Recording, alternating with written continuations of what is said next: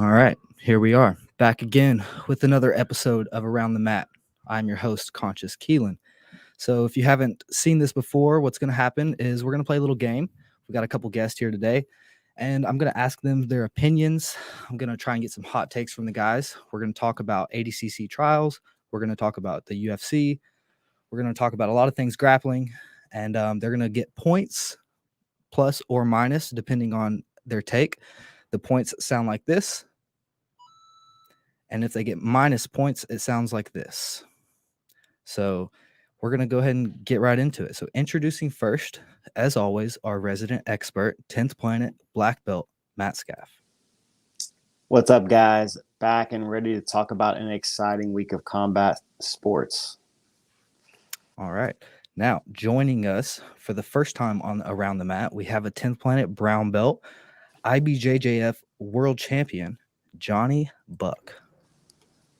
What up? That's the man. Nothing about jiu-jitsu, so don't worry. All the points for me. All right. Also joining us for the first time on Around the Mat, we've got a professional grappler and owner of Impact Jiu-Jitsu, Michael Courier. Hey guys, happy to be here. And joining us, as always, another 10th Planet Black Belt, Brandon McCatherine. Greetings, citizens. You make me laugh every time because I almost started off this episode like you would start off, but I knew I would just lose it and it would. I'm not even trying to be funny. I'm that weird. I know that's the best part about it. All right, so we're gonna roll on into it. We got to start off this thing with talking about ADCC trials. That's obviously the biggest thing that happened in grappling as of recently. So let's start out with let's talk about the best submission in the whole tournament. What do we got, guys? There was some great ones. In your opinion, what was the best? We will start with Skaff. He put it to me though. He gave it to me. It's going to me. It's going to me. I'm going first. Brandon, you're up. All right. So I got the best submission, and then I got the most high profile, made the crowd pop submission. It's two different spots. The best Instagram clip was it was a Darce no matter what, but it was either Dave Porter's Darce that he hit in round one, or it could have been Cade's Darce. It was the same move. They got it from standing and dragged him to the ground with the Mars. But the sub that made the crowd pop the most was 100% Keith Krikorian versus Gianni Grippo. That's the one that made the crowd pop. It happened at the end of the match. It was a huge impact. It was a match of great importance. It wasn't one of the opening rounds guys, so that was between two of the favorites to win the bracket, and he put him down with that rear naked choke, even though I hate to admit that the rear naked choke works, but there it is. Skaff? The Keith Krikorian win over Johnny Grippo was the most significant when it came to, being in the semifinals. You've got Johnny Grippo, who's been on a tear this year in no gi, and Keith coming in just was on fire all day. But there's another match that I really I was incredibly impressed by. I'm going to take it to the women, and we had Fatima Klein, man. Fatima Klein is one of the baddest chicks in the world right now. And she keeps making runs in big tournaments. She won the first Medusa event, and she had a win over Bree Robinson. They had a crazy leg lock exchange. Yeah. And we saw Fatima Klein finish with that knee bar. I think ADCC needs to add 8 more people to this women's division. We had 50 plus in both divisions, and women's grappling's on the rise. And that match was everything that I think we want to see in a high level grappling match. So I'm gonna give it to Fatima Klein. I just loved it. Loved her performance all weekend. Buck, you got anything? Did you even watch the trials? Yeah. Dude, kind of spinning off the Skaff said about the women's divisions. They need to have more divisions now. Like, 135. Yes. I work with some of the girls, and one of the girls, she's 115. I'm like, as savage as Nakaya is, she's having a really rough time against a girl who outweighs her by 25 pounds. But as far as submission, Rotullo flying through the air to a Darce, I just thought that was cool. I'm like, all right, Yeah. Shit. I can barely do darts on the ground, but it's just flying to the damn air. I think that's super impressive. So yeah, that was my go-to. Michael? Yeah, it's hard to say anything but that Cade flying darts. I think it was amazing. But touching base on Gianni Grippo, I think he had a great event. And but my submission for him was against Anthony Burchek. Watching him take the face plant, man. I mean, come on.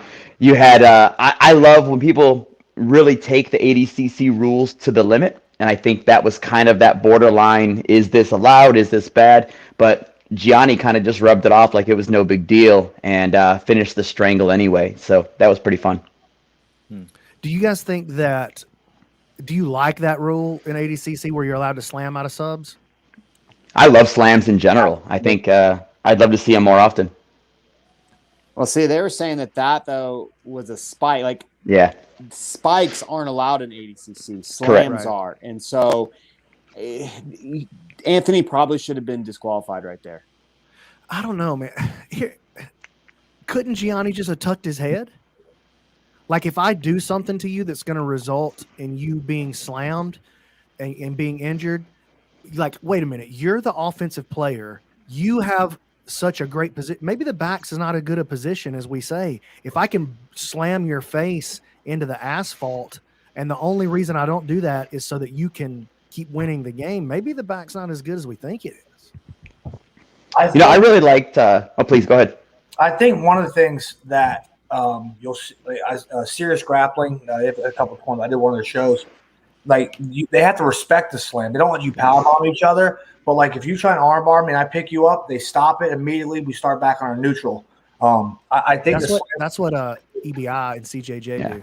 Yeah, it's so that's I think it's a necessary thing. But I think the slam is really weird because dude got suplex. Was it Cody Steele suplex him 3 times? No big deal. But they almost they were going to DQ John Salter over him falling 4 inches with Jacob Couch. Luckily, they're like, no, keep going, yada yada, and they were cool with it. But I think the slamming rule, I think it's something you have to really start looking at. If you can get double legged on your head at 7 years old in Pennsylvania wrestling, there's no reason 2 grown adults shouldn't be able to do it. All you have to do is to stop. Realistically, more points, Keelan. More points. All right. Hold on, wait. I think Skaff disagrees. I can see it on his face. I want to hear his take on this. No. A spike is different than a slam. And if you're going to allow spiking, then yes, we should just have, if you stand up in a rear naked choke or you stand up in the back position, then we're just going to reset.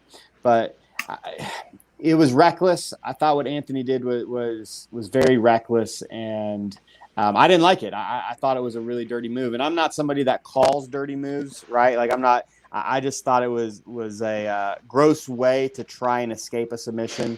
Now, again, slamming somebody backwards, going to take the air out of them, maybe break a rib, but we're talking about paralyzation. I mean, if Johnny lands it the right way, we're talking about broken neck, paralyzation. Yeah, but think about this, right? The way I heard it compared was Gianni was slammed or spiked to the front of his head where a punch would normally land. If I jump backwards and slam the back of your head on the mat, that can cause a ton of damage too, So even if I'm not spiking you down to the top of your head, if I jump back and you hit the back of your head on the mat, I mean, we've all seen what back of the head strikes do. In my mind, maybe I wouldn't have done it, but Johnny still has a chance to let go and defend himself. He went forward. It's a different take on it, but I don't think it's any more damaging than going backwards to the back of the head. Well, and I think, though, Michael, the concern with slamming is not about, is it damage like a punch damage? It's cervical damage. It's spine damage. Sure. So, like, if you know how it is, dude. Like, even in the gym, if you're on somebody's back, like I got the seat belt and we're on I'm on your turtle right here. You're on your knees. And you roll forward while I'm kind of looking up and my head is out of position, that's going to hurt me too. Yeah, for sure. I mean? Like, that's going to slam my face into the mat. And I don't know. I feel like if it's such a good position, if we're awarding so many points for it, why do we have to nerf it? Like, why do we have to nerf the defenses? Maybe I'm not saying the back is not a good. Obviously, the back is a phenomenal position. Sure, but Trash. But why are we nerfing it? Why are we having to nerf the defenses against it to make sure that the game can be played? And I think for me, it goes back to what it goes back to what Buck said, right? And like, I love EBI. I love respecting the slam. If I'm able to elevate you above my waist, that's an escape, And I think that's the best way to kind of have it work in everyone's favor, right? I mean, we have to be honest about the position on whether it is completely positive or if there are negative things to it. And I think that we can make it honest by respecting the slam. You can't get slammed while you're on top of mount. I know that. But so Brandon is in this kick of like always downplaying the back, right? But the back is the ultimate position, especially when we're talking about cervical damage. Well, now I'm just going to elbow you. You don't care about slamming me on my head. Well, now I'm just going to elbow you in the back of your neck. Yeah. All right. And let's see how that changes things. Right? I'm going to take how big this neck. You'll never get to the back of it. Right there. Boom. And then we're going to see how effective the back is when elbows to the back of the neck are allowed. I hear that. I hear that. All right. I'm just going to execution everybody. How you feel about that? Just grab them by their head. You got to learn to pass guard before you get anybody's back, player. Listen, I'll pass you. All right. We talked about the best subs. What about best match? Just overall the match. Maybe there wasn't even a sub. Maybe it was just a back and forth awesome match to watch. Does anything stand out? What do we got? Oh, I've got this easy. All right. My favorite match by far was Placido versus Cody Steele. That match was insane. Placido, man, he came out and with his like 12 kids or whatever, how many ever he's got. He's got 9 children. And yeah, he's got 9 children. His wife came. He's got some Texan in his corner. And he looked incredible. And that match with Cody Steele was the best match I saw all weekend. Dude, his Granbying as Cody's like shot in, like his ability to like scramble and some of those wrestling exchanges, it was just so cool to watch.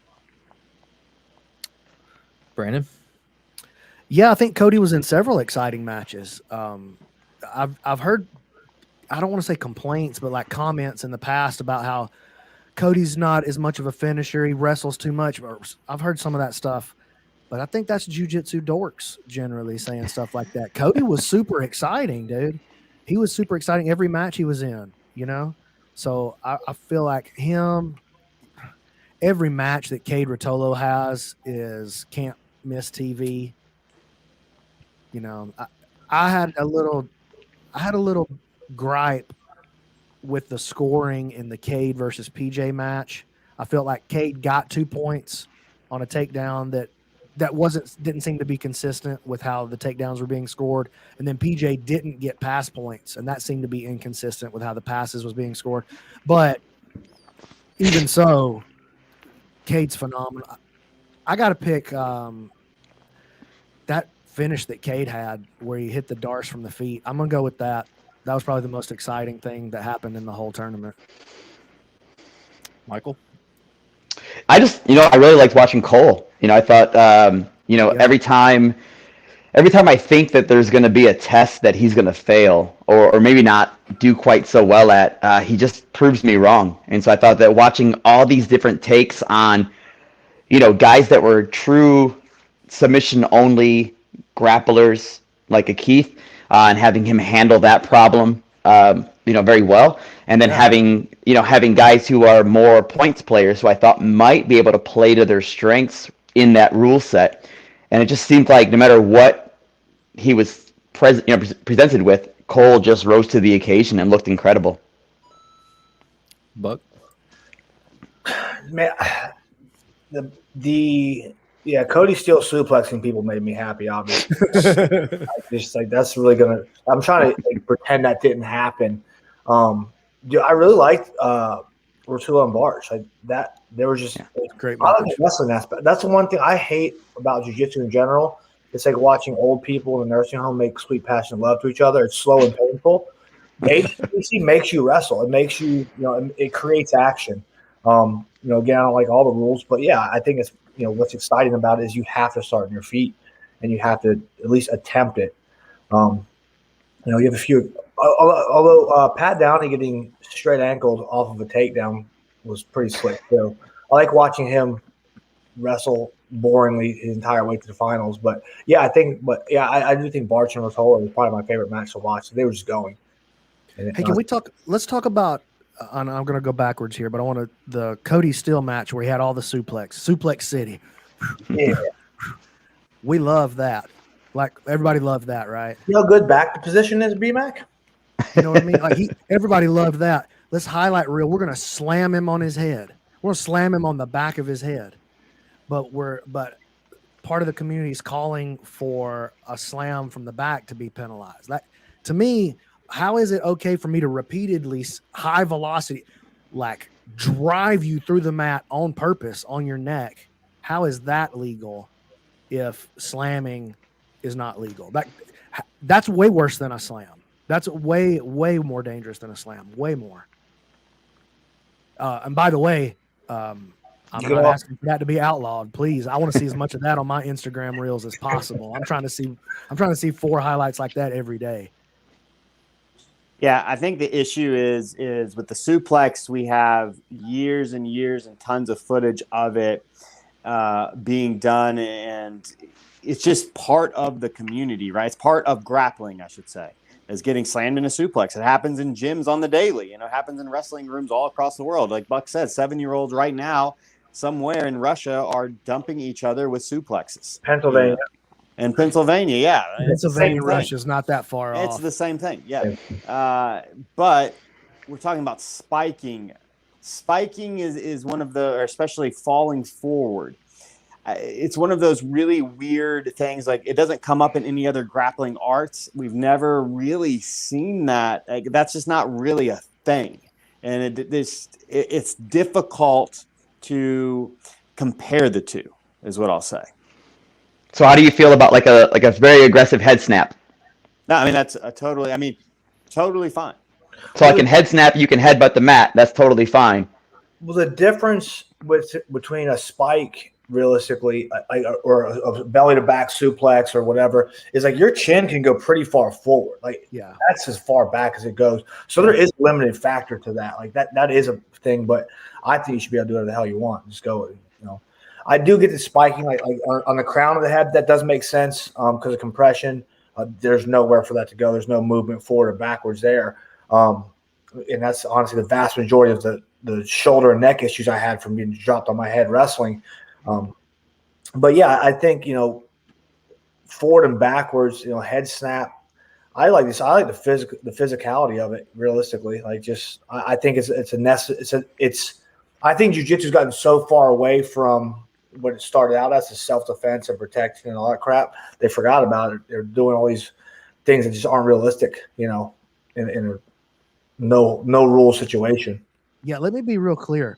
I am not looking to outlaw any kind of slamming necessarily. And I'm also not saying that move that Anthony did where he dumped Grippo forward, I'm not saying that that's not super dangerous. It is super dangerous. And as somebody who's had a neck surgery, I could say that's exactly the direction I don't want my neck bending, with velocity on it. So I understand it's super dangerous. What I'm saying is there are if it's inconsistent, that's what I'm saying. And that's the part that I don't like about it. Well, one achieves a grappling, like a purpose in grappling, right? Like a suplex achieves the purpose of, again, no matter how dangerous, right, suplexing somebody on their head could be, it at least is achieving a purpose in grappling. Spiking, the only purpose is like there's no grappling movement in it at all other than, hey, I'm in a really bad situation. The only thing I have left to do is to try and spike this guy on his head. And I think that's the issue is that that's not a technique, that's not there's no grappling technique involved. It's kind of like when it didn't work out in this case. It didn't work out in this case. Marcelo got slammed. I think that's the thing is people are just like, look, if Rico Rodriguez would have suplexed Marcelo, people would have went crazy, but he just like a little I don't big know, man. giant just jump backwards. Like we want to talk about the effectiveness and who's a pound for pound champion in grappling.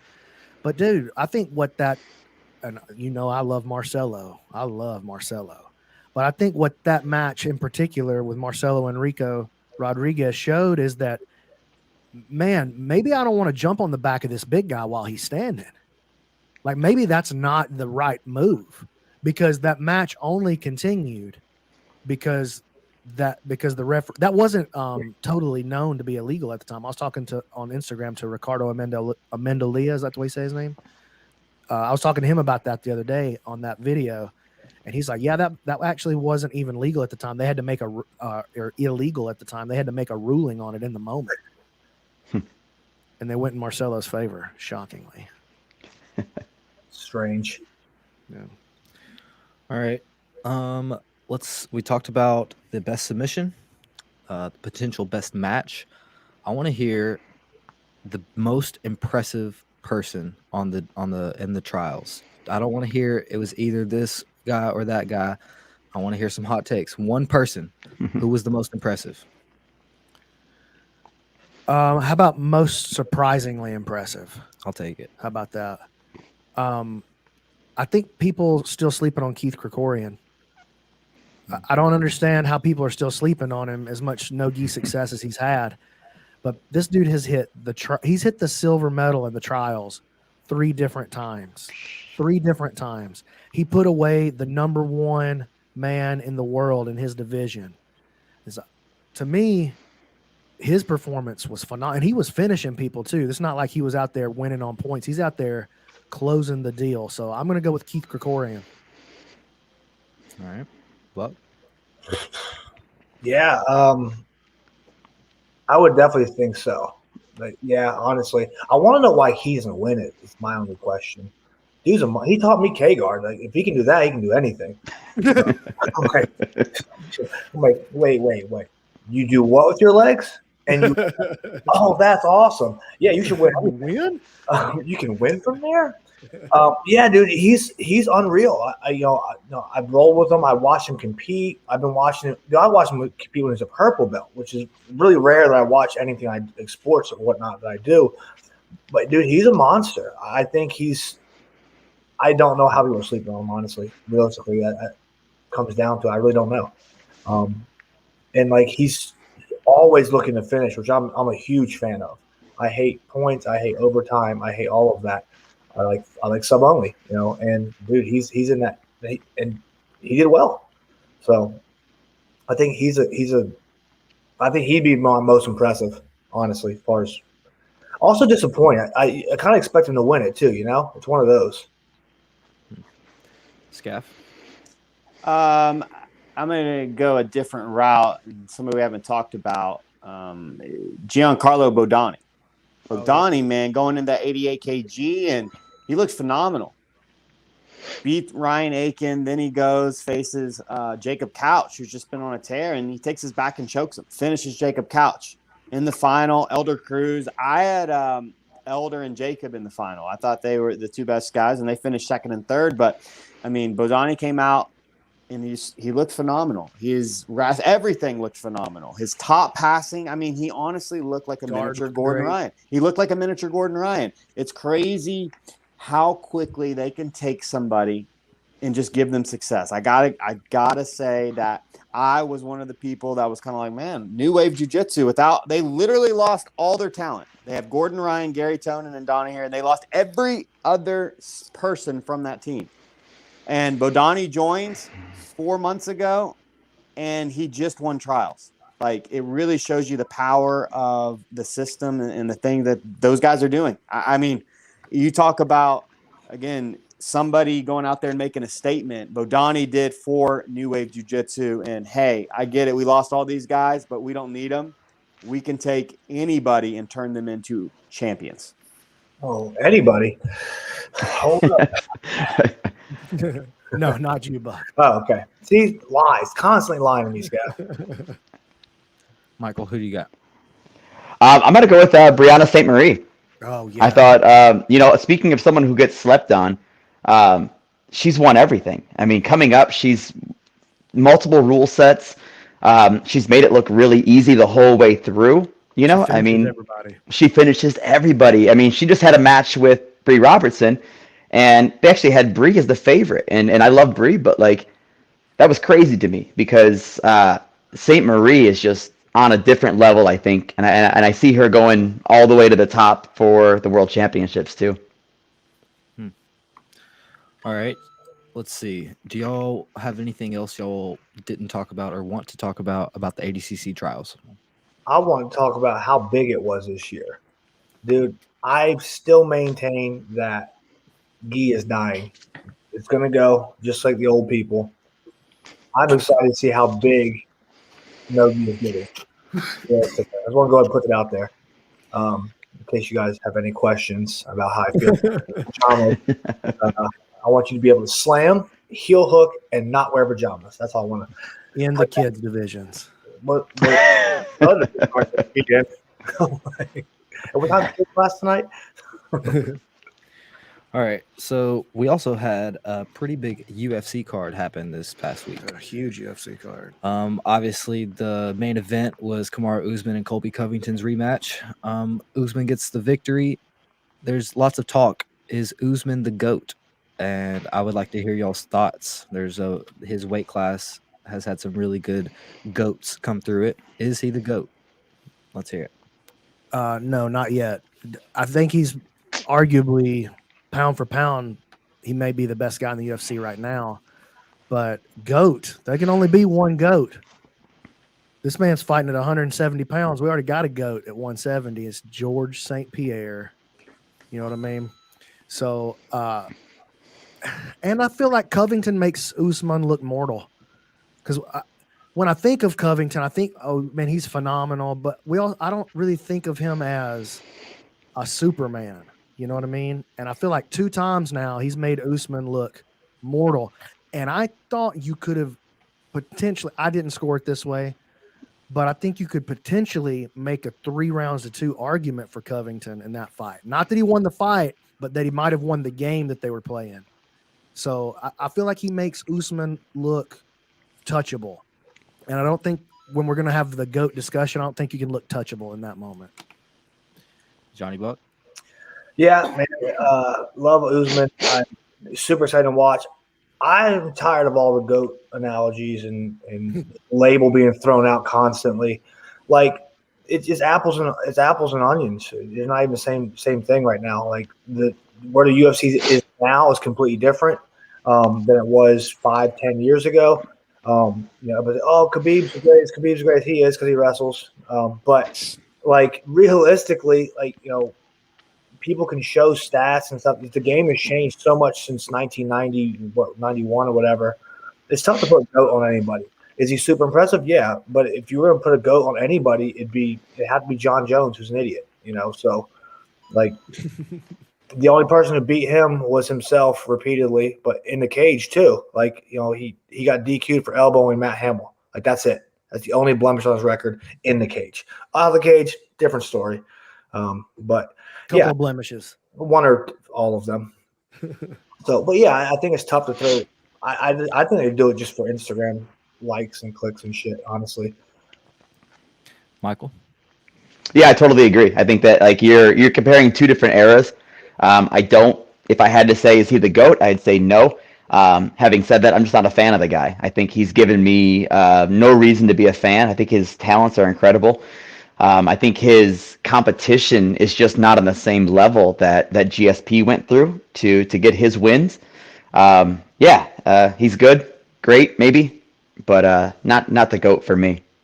Dude, when he drove his right hand completely through the other side of Masvidal's face, that's all I need to see. If he never did another thing ever, that was incredible. That's one of the best knockouts. That's one of the most violent knockouts of all time, dude.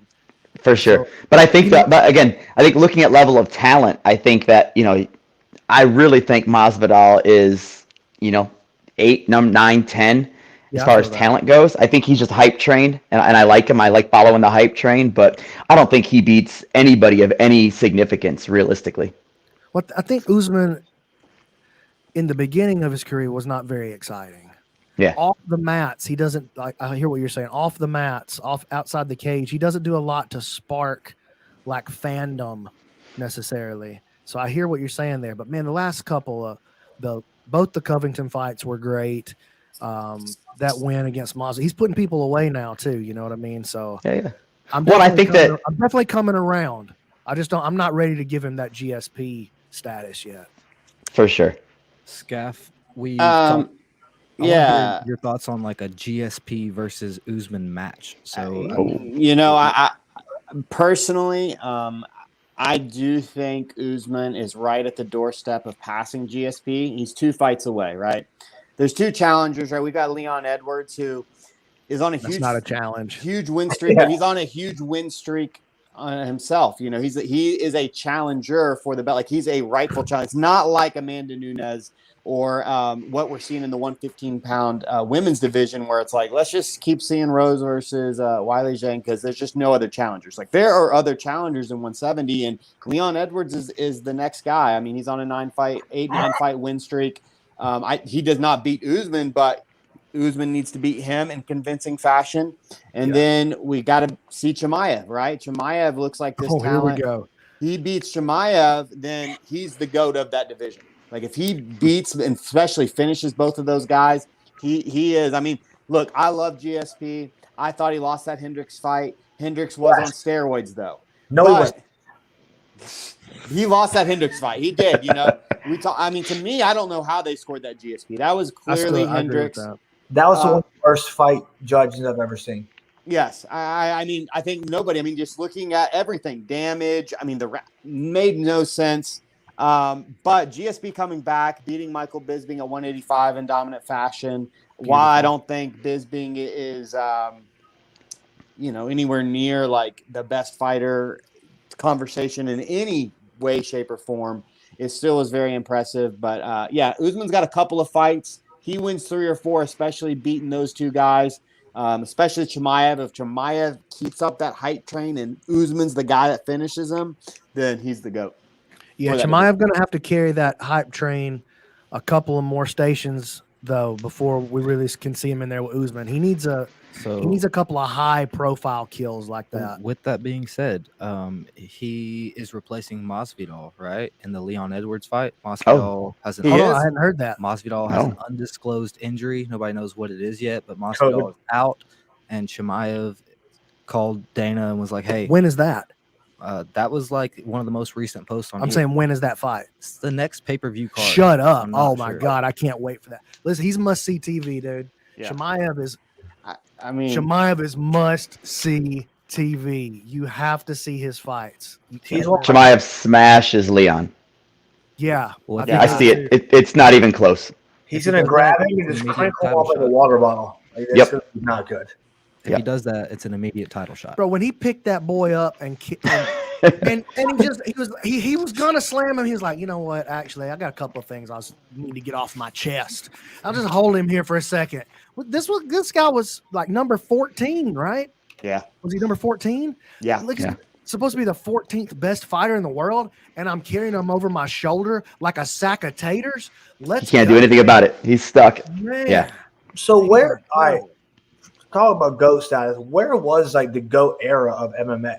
Like now, the fighters are better now than ever before. It's not even close. But is it overall? Do you think it's too spread too thin though? Like there's a really good fighter in this division, a really good fighter in this division. No, I don't think so because I think we need more weight classes. Actually, I think it's not thin enough. I think we need to no weight classes. And no drug or no weight classes. And no drug I can get bring Pride back. That was the answer, by the way. Pride was the answer, in case you're wondering. All right, I want to hear some thoughts about the Michael Chandler Justin Gaethje match. That was an insane fight. What are some thoughts? Okay, we'll start with one of the best fights I've seen in a long time. The problem with the Chandler versus Gaethje fight, it opened the pay-per-view and it was so good that every fight after that was boring. Even though they were good fights, I was like, man, where do you go from there? The crowd was jumping. They tried to kill each other. I thought each had killed the other for just a split second a few times. I really thought Gaethje had put Chandler away. Was that the second round? Yeah, that uppercut. Into the second round. Oh man! And then I saw Gaethje get rocked a couple of times too, but he never hit his knee. You know, so obvious win I felt like for Gaethje, but man, Chandler, I thought I'm a bigger fan of Chandler than ever after the loss. You know. Let's see. I want to talk to Skaff. Let me hear your thoughts on Chito Vera. Like, oh man, I do. Cheeto's the man. Cheeto is the man, and Frankie Edgar. Everybody loves him, right? You have to love Frankie Edgar. What he's done for the sport, being especially the only guy to ever he won the title at his weight class, 155. Just insane. But Chito Vera, man, coming in, he was a huge favorite in my mind. And I was shocked it actually took 3 rounds. I thought he was going to finish him in the second. But that front kick was Anderson Silva-esque. I mean, I was looking in his corner, was like, dude, is old boy in the corner? Is he teaching the secret moves again? Is he there? Is the ponytail? Is Seagal there? Is the ponytail? Like, his secret moves are getting out, because that was exactly Anderson Silva versus Vitor Belfort. So Steven Seagal's the one that showed Burchak how to do that slam. It's true. Only killing moves. Is there any other move? Well, wait, is that the picture of his foot connecting with Frankie Edgar's face? That's real. That is the craziest picture I've ever seen from a fight. Maybe that or old boy's lip. What's Overeem? Overeem getting uppercut from Ngannou. Those are the 2 craziest pictures of all time in sporting history. Man, he put his foot on his face and turned Frankie Edgar into a cartoon. Yeah, he looks like a Simpsons character. Who had that giant? Just that was Vitor Belfort versus you're talking, Marvin Eastman. He's talking about Joanna Young-Jacek. Oh, no, God. you're talking about Mark Hominick versus Jose Aldo. That was the grossest thing I've ever seen. Yeah, I'm like, yeah, that was pretty gnarly. But there's been some gnarly ones. I hate. What's up? Is Frankie Edgar done? I mean, should he hang it up? I didn't know he was still around. Dude, I'm a huge Frankie Edgar fan, but yeah, man, there's a couple guys out there who they're gatekeepers kind of level. Like, that's gonna have long-term effects. Like, you're worried about being spiked on your head in ADCC trials. Wait till you see what happens to your brain a few months or a few years from now. I think he's a big name. I still think he still draws the middle-aged crowd of guys who have a few tap-out shirts and affliction jeans.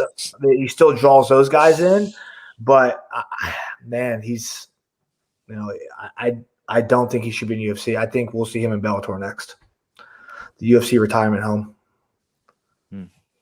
All right. Let's see. We'll give Michael a second. Looks like he's getting his camera situated. So we didn't have a podcast last week, and we kind of missed the card right before that. We touched on it with Chimaev's rear naked choke finish and dragging that dude and talking to Dana White mid-match. What about the other guy that's a heavy grappler and wrestler, trains with Islam Khabib? Islam Makhachev. finished. He finished Dan Hooker with a Kimura. Can't remember if it was first round or what, but it was first round. Dominant performance. Let's hear some thoughts. Is he the next Khabib? Is he as good as Khabib? Is he? Let's hear some thoughts. I mean, I think people, especially myself, I'll speak for myself, but I think this is true with a lot of people too. It took me a while to get on the Khabib train, Like, I almost wasn't on the Khabib train until it was too late. I knew, okay, he's good, he's undefeated, but look at this, man. He just went the distance. Ali Akinta came in last minute and took him the distance, and I was kind of giving him he's good, but come on, man. There's better guys kind of treatment. But I think, ultimately I was proven to be wrong in that regard, and it turned out Khabib was the man, and he was untouchable. And I think we're seeing some of that same stuff from Islam. So what I'm trying not to do is make the same error that I made with Khabib and not jump on the hype train too late. But I also don't want to jump on too early. Same thing as with Chimaev. I'd like to see Islam get a couple of extra notable wins under his belt. how does he get those wins is important, I think, and how we perceive him moving forward. Islam's the champion. Islam is the best fighter at 155. Islam takes all these dudes, puts them on their back, and he just dominates. He's going to dominate every single one of these dudes. I knew he was going to do that. We're going to run through Dan. Yeah, we called that one. He's going to run through all these guys. He's going to be the champion. There's these guys coming up. Like grappling is making a resurgence. And I really want to talk about one thing real quick though. Wrestling with jiu-jitsu, you need both, because we saw these guys go into ADCC trials that were, I thought Pat Downey was for sure going to win the heavyweight. I'm not going to lie. I was buying the hype of like, well, if you're a high level wrestler, especially in these upper weight classes, you are going to win. And that is not what we saw. You need to be proficient in both the art of submissions as well as the art of taking your opponent down. And that's what these Russian guys are doing. It is the next wave of jiu-jitsu champions are going to be Chimaev. Usman's already there, but like you're going to have to know, you're going to have to do both. I think that's one of the most underrated like assessments there is, because like, and shameless plug, I own a website that does these things, catchwrestling.ninja. But what you see a lot of the times is you and across the board, and this is why I love and hate ADCC trials, is you'll see jiu-jitsu guys go to the finals, like pure jiu-jitsu guys, and they go to the points part, and all of a sudden they just are just spinning around going crazy. The Meow Brothers, their finals were disgusting. I'm like, it's been a few years now. I'm like, you guys couldn't get to the ground. Like, what were you doing? So there has to be a blend. Like you said, there has to be a blend between both wrestling and understanding jiu-jitsu. You can't just hit a double leg and leave your head out there. You're going to get choked unconscious. Like there's no question about that. So having a really specific understanding of both how A, high-level wrestling works, and B, how high-level jiu-jitsu and submission grappling works is going to be paramount moving to the UFC. I was stupid. I got so convinced that I could just take everybody down and beat them up, which it did me well for a while, but I didn't add the striking side. So I think it's really, you're going to really start seeing more of this, this style of this Khabib style wrestling and controlling, and they're understanding striking. I think Islam's got better striking defense and offense than Khabib did. So he's going to be a terror. Like, I think he's going to be an absolute mess to deal with. I don't know who's going to beat him. Yeah. All right. Well, did you guys see the how Pat Downey lost? Yeah, it was a straight ankle lock, wasn't it? Yeah, but the guy came in with a single leg. Yeah, off a single leg. Dude, jiu-jitsu guy goes for a single, gets a single. Obviously, he's not going to take down Pat. Pulls into Ashi, straight ankle locks him. That's what I'm talking about. That is incredible. And all Pat did was wrestling defense. Like he didn't even try and consider the fact that his leg may get broken off. So he just tried to run. I watched him try and limp leg out, and that bite was on. It was his ass. It was too late then. So I think that's where it's super important that you have to understand both at the high level. All right. Before we wrap things up, Brandon asked when that fight card was. The next fight card, it is December 11th. But I just want to call out a couple fights that are on it and see if y'all want to chat about any of them in particular. The main event is Charles Oliveira versus Dustin Poirier. Boy. So we're talking about Islam at the 155. That fight is going to determine who the champion is. And the next fight on that is Amanda Nunes and Julia Pena. Then we got Leon Edwards, and it was supposed to be Jorge Masvidal. Word on the street supposed to be Chimaev now. I can't wait for that. Then we got Cody Garbrandt fighting Kai Kara France. We got Sean O'Malley back again. We have who's Sean O'Malley fighting? He's fighting Trent.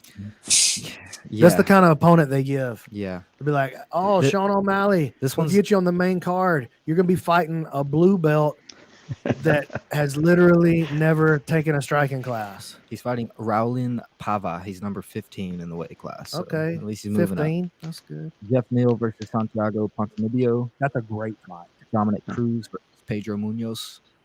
That's a good one, too. Dude, what? Josh Emmett versus Dan Ige. Dominic Cruz versus Pedro Munoz? Yeah. Man, that's a barn burner right there, dude. Yes. I can't wait for that one. We got Macy Barber back in it. Yeah.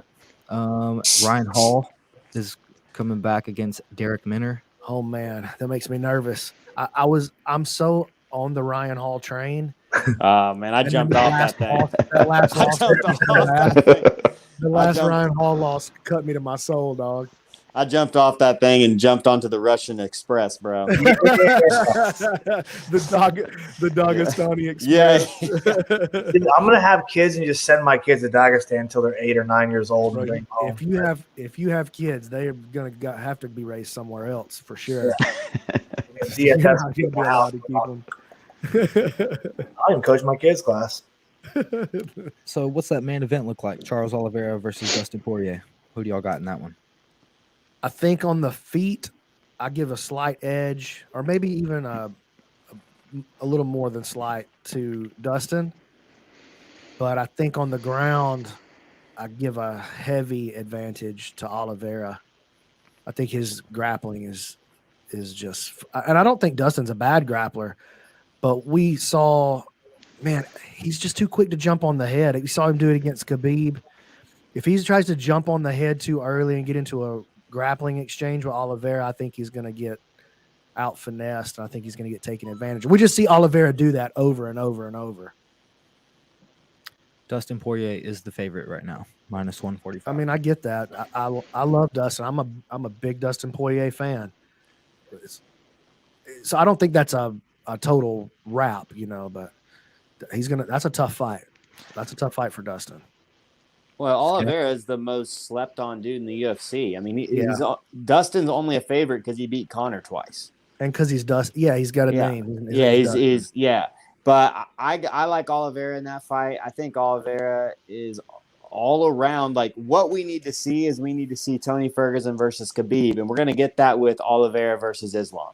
Because very similar skill sets, right? Like, Oliveira grappling and striking, very Tony Ferguson. A lot of elbows, good on the feet, right? But he's the submission artist. And then Islam is going to be Khabib. And that's the fight I'm hoping is made after Oliveira takes out Dustin Poirier the 11th. Yeah, I think Oliveira. I think you're right, dude. I went through his stats. I keep an eye on him every once in a while because he's old. And I like watching old people fight. But like, dude, 3 times he's mentioned that today. Hey, listen. I gotta boost up this old people thing. We're people too. We need rights. No, but like I was going through his record, man. Like, he's sleeping people, whether he's knocking them out, TKO, or submitting them. I'm like, dude, he's going to be an absolute handful for Poirier. I may move some of my Bitcoin money from my online betting account to Don't get crazy. No, listen. Let me get your wallet. Don't sell that Bitcoin. You better hang on to it for a while. Money. Alan Belcher made me that money when he beat up that dude. Oh man, that was free money. So I've gotten to be there, literally cage side for Alan's bare knuckle fight and for his boxing debut. He finished both guys. Alan looks good. I know. He looks good. He looks crisp too. He was a huge, like the other guy was a huge underdog. I mean, I'm still going to bet my money on Allen because the return is terrible, but it's guaranteed. So I'm going to go ahead and do that and just keep biting on other fights. But yeah, I do. I would honestly, I'd probably put my money on Oliveira just because I think he is going to give Poirier enough problem on his feet with his range. And if it does go to the ground, it's a wrap. So if Oliveira lands a few punches and Dustin feels the need to take him down, that's not going to be good. Michael, you think this is going to be Cody Garbrandt's big comeback fight? I mean, I know not comeback. I know he's kind of been on the comeback trail already, but you think this is where we start to see, okay, Cody's looking for the title again? I think so. I mean, this is at flyweight, right? He's at 125. I like him down there. I think that the matchup lends itself to Cody's strengths, and so I think it's a good fight for him. Is Amanda Nunes beatable? Yeah, I mean, only by Shevchenko. Well, listen, check the record, son. Split decision with Shevchenko. She's fought her twice. Shevchenko, she's getting better all the time. I know Nunes is getting better. I know she's a lot bigger. But if Nunes is the GOAT, then Shevchenko's even more so the pound-for-pound GOAT because she looks untouchable and she can take Nunes into a split decision. Agreed. So here's You what agreed? Well, then take the poop back, boy. here's Let's go, son. here's my question to you guys. Hear that? No respect. No point. I didn't put the -1. Gotcha. I gave it the equalizer there. What's the chick that fought for PFL that's been dominating over there? Is it Kayla. Harrison? Kayla Yeah. Harrison. What does that matchup look like with Amanda Nunez? How big is Kayla though? Her mean, waking 55. Her waking up after getting hit by that right hand. Yeah, Waking up.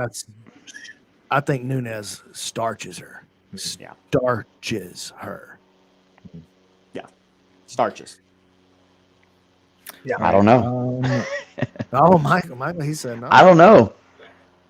I'm kind of riding the Kayla hype train, but I think she is fighting cans, so she looks great. He wasn't. Anytime somebody goes from one of these smaller shows to the UFC, like, oh, they're the greatest. I'm like, nope. Like, I thought Ben Askren was going to do good. I wanted him. Hey, Ben Askren did all right, dude. He did okay. He killed Robbie Lawler. He made a lot of money. He's a He came genius. over. He brought a lot of eyeballs. So, was he going to be the champion? I don't think any of us thought he was going to be the champion, but he'd come over and have a hot flash of a successful career in the UFC. Kinda.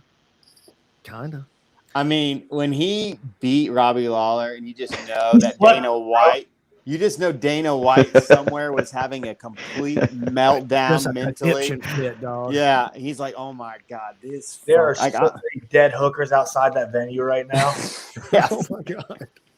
exactly. Hot take right there. It's just dead hookers mixed with Dana White's tears for Ben Askren's victory. All right. I don't think we talked about it because we skipped a podcast last week. Glover Teixeira got his belt. He's the now UFC champion. He's been fighting forever. He's had a couple, I know at least one title shot against John Jones. He might have had a couple, but it's his belt now. And he did it by finishing Jean with a rear naked choke. What are some thoughts? Yo, not only do I think that Glover's the coolest old champion that we've ever had. Randy Couture used to be the coolest old champion, but now it's Glover Teixeira. But I think out of that 205-pound weight class, I think he's got the best chance of any of those guys because of his style of also being somebody that you can talk about in the heavyweight division. He's so durable. His skull is. I know we've seen him get put down a couple of times, but he's super durable. His grappling is exactly what it needs to be, and it's light years ahead of almost everybody in the heavyweight division once it gets to the ground. So, we might. Who knows, dude? As he ages out even more, and that's hard. After you're 42, it's hard to be older than that. But man, he might get out there and make something happen in the heavyweight division too. I don't know if he's interested in that, but I think he's not only is he a champion of the people, but I think he's going to be a great 205-pound champion. Let's go, old people. No, this guy, he is not. He won. I get it, right? Like, he's the champion. First, what this does is it really just cements John Jones' legacy. Like, okay, John Jones, if Glover at 42 can come back and win this division, it just shows how far ahead John was from all these guys. Now, I know towards the end he was winning decisions that, arguments to be made for some of these guys winning, but at the same time, I mean, Glover Teixeira just starched Jan. Rear naked choked. I mean, Jan gave up. Jan was like, man, I left my power wherever it was, the hotel room or Paul, wherever he left it, it was gone. He hit him a couple times. He got to the ground and he just gave up. He gave his neck and was like, get me out. Give me. Yeah, he gave up. He gave his neck. I can't see Glover being champion more than one. I mean, a week. Yes. I just don't see it. So I'm not buying the Glover. I picked him to win that fight. Champion. I picked him to win that fight. Nobody. I couldn't find another person picking him to win. I was like, I think he beats Blachowicz, man. Michael. Yeah, I hate it. I hate to say it's the John Jones show, but I think that makes a case just for how good John is. I think John beats the top 5 light heavyweights in the same night. You know, Dang, I just don't think. I think it's good for the division to have him gone. It just really opens things up and lets other guys kind of shine. But I mean, it's kind of like that guy that was a year ahead of you in high school and was always in your wrestling bracket, and then he graduates and now you're the state champ. You know, yeah, you're the state champ, but the better guy just happened to age out. You know. Here's something I want to talk about that I totally forgot about. We had a guy make his UFC debut in this past card, and he had a vicious knockout. CM Punk. Not CM Punk. It's the one guy that has ever knocked out Israel Adesanya. I wouldn't say his name is Alex Pereira. Pereira. Yeah, he's finally in the UFC. He had his debut and slept the guy. Put the division on notice. Is he the guy to beat Israel Adesanya? No. When did he beat him? Like when they were 12? I think it was in K1 kickboxing. Yeah, knocked him out, right?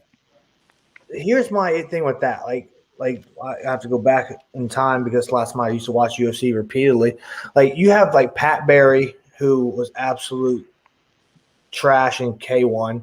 Mirko Cro Cop, who got trashed in K1. Anybody who comes out of a K1 with a losing record and looks like, God's gift to striking in the UFC is because they're not competing with other strikers. Like you've got really good strikers in K1, and you take an average striker from K1 and move him to UFC, they look really good. I think with Adesanya, he's going to grab him and put him on his back and then beat him to death. So, he's not. I think Adesanya is going to grab him and put him on the ground and beat him to death. Well, no, I'm saying if that becomes a You've threat. been drinking? No. I'm saying, but if it comes down to pure striking, why would you not disengage that or take that risk away? Like at least mitigate his striking with takedowns. Now, get him off this show. Put him again. I'm saying I don't think he's gonna knock him out. Give him that little hot poot. Give him that big old I ate a lot of bread yesterday poot. I don't do that. You got Eddie Bravo in the corner calling for an Imanari. I'm just saying I'm just saying kickboxing is not the UFC. Man, come on, dude. Adesanya, the last thing, I'll be honest with you, Adesanya just found out you could do grappling 2 weeks ago. He is a purple. That's what I'm saying. How long does it take to get a blue belt? 2 weeks? I mean, come on, man. Shit, 13 years. There's no way. Even if Adesanya felt like he could win the fight that way, there is no way. I love how Michael's face is paused on that laugh right there. Yeah. Put that up on the big screen. Put that up on the big screen. Even if Adesanya thought that's how he was going to win the fight, there's no way that he's going to go in there because he knows that's not what the fans want to see. Adesanya is the kind of dude who's coming in to deliver to the fans. And I'm not even a giant Adesanya fan. I'm a giant fan of his skill set. I don't care that he doesn't move the needle for me, so to speak. No pun intended. Anyway, Adesanya, there's no way that he even considers engaging in a grappling. I think Alex Pereira is more likely to take down Adesanya than the other way around. I just don't stop doing hard drugs before you come on people's podcast. I don't do hard drugs. I do regular drugs. What I'm saying, I'm not gonna take him down. You're right, but my thing, I don't see him beat him in the UFC. Rule set. Without Adesanya's gonna win. Yeah, but just maybe you make it knock out. This is the same thing as the guy that made Daniel Cormier cry in the train. Yeah, one of my favorite guys. Pat Cummins. Yeah, Pat, exactly. Just like, oh man, he made him Daniel Cormier cry in the training room. Like this guy, Daniel always cries. Yes, well, that's a good point too. But but this guy, he's not gonna make it to a title shot. I mean, yes, he had a nice little knockout, but I didn't see anything like it wasn't like we saw Chimaev. It wasn't like a Chimaev type performance. I mean. He looked like he's got a couple of years from being even a top 5 fighter in that middleweight division. And you know what? Maybe he does learn how to grapple and stuff. Maybe maybe he's committed to that path. But slow down. I feel like we saw the same thing with Izzy, right? Yeah, he's slow. I mean, is he? Ground game? Dang, Michael's point was so much better than Buck's that Buck censored him. You see that? Watch this. Unplug. I called my homies in Dagestan. They know Russian. They just unplugged it. Dude, I'm not honest with you. I actually confused Adesanya MVP just now. See what I'm saying, dude? Listen, I've been punched in the head. You know why? Because I don't ban slams. I want to be slammed in my head and forget things. That's all. Jesus Christ. Let's get this fool out of here, dude. So we talked about You're Adesanya's purple belt. Didn't he get it from Galvao? He did. Yes. And could be wrong here, but Galvao's making a return to MMA. That's what I was about to say. I saw that he was trying to make a run into MMA again. What are y'all's thoughts there? It didn't work out the first time. It didn't work out the first time. He did pretty good. He was a good MMA fighter, but he wasn't hacking it. You know, he ran into a really hard Tyron Woodley right hand that slept him, and that made him go, I'm going to stay away. He fights a guy like that again. Was the GOAT, you know, we had Tyron in the GOAT discussion at one point. You know what I mean? Yeah. And that was before Tyron was the GOAT. So I hear you, Skaff. He ran into an actual world champion MMA fighter. But go ahead. Very bad matchup. I think one will take really good care of Andre, is what I'll say. Yeah, hey, and listen, man, if I'm Andre Galvao and I'm talking about coming back into MMA now, I would be signing with one because they'll take that'd be in the contract. Hey, y'all gonna take care of me, right? Like y'all gonna give me a couple of chances to get out there, good matchups to win. I'm not trying to be the greatest of all time or nothing like that. I'm just looking to get out here and do some MMA for some money. Okay, I'm into that. By the way, I don't feel like everybody needs to have their sights set on world champion. Some of these dudes, just making a living. You're a prize fighter. You're not a champion. You're a prize fighter. Go out there and make your money and put on a show for the fans. I'm into that. So, yeah, I think it's a great move for Galvao. I wish him success. I hope he does well. Hope he handles MMA better than he handles them slaps from Gordon though. Gordon Ryan versus Galvao, won championships. That's what I want to say in MMA. Let's go. I would pay $100 for that pay-per-view for no other card, no other fight on the card. Just that one. I would love to see it. I'd watch that. It'd be amazing. You know how awesome the Instagram feed would be for like months going up to that, and then afterwards. Oh God, please give us what we want. I'll pay $200. Screw it. All right, you can buy it for me. Last question. I'll let y'all talk about this while I tally up the points. Did anybody see the youngster make his debut that was Irish and from Dublin? Patty Pimblett. No, not that guy. He's from London. No. I think that's disrespectful. I'm not sure. Is that not the same thing? It is the same. They all are owned by the Queen. Man, I would have to look up his name, but did anybody? Yeah. He knocked out. He took some hard shots, but he ended up getting a knockout. He did the Connor line of I'm not here to be a part of it. I'm here to take over. Patty Pimblett, let's be honest, way cooler, way more like Patty. 10x that guy. That guy's not even memorable. Patty's got the name, the haircut, and the finish. Like this guy's no. Patty looked like somebody's gonna knock him out in the next 2 or 3 fights, though. 100%. He's crazy. Yes. But Patty. All right, what you got, Keelan? You got the tally over there? Yes, I do. So we have a clear-cut winner. Oh, I'm here for I want my 3 points that Brandon said old 3 times. Those are my points.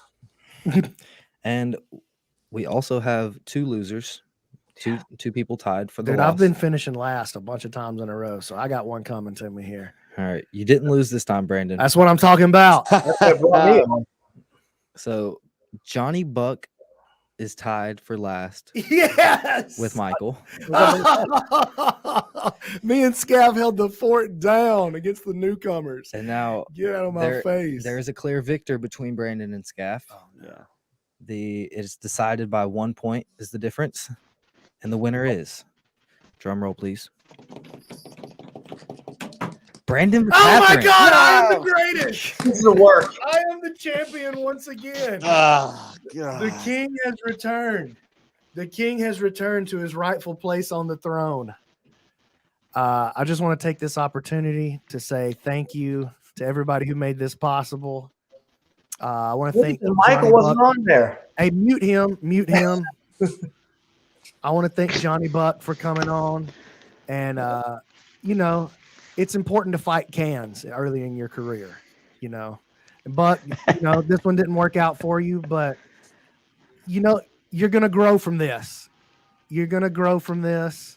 You're going to get better. And one day you're going to come back and you're going to make a more respectable challenge to the king. Well, you need to ask about things I understand, like not jujitsu. Ask me. I thought he was still muted. How's he still got a microphone? Russian collusion. All right, and that's another episode of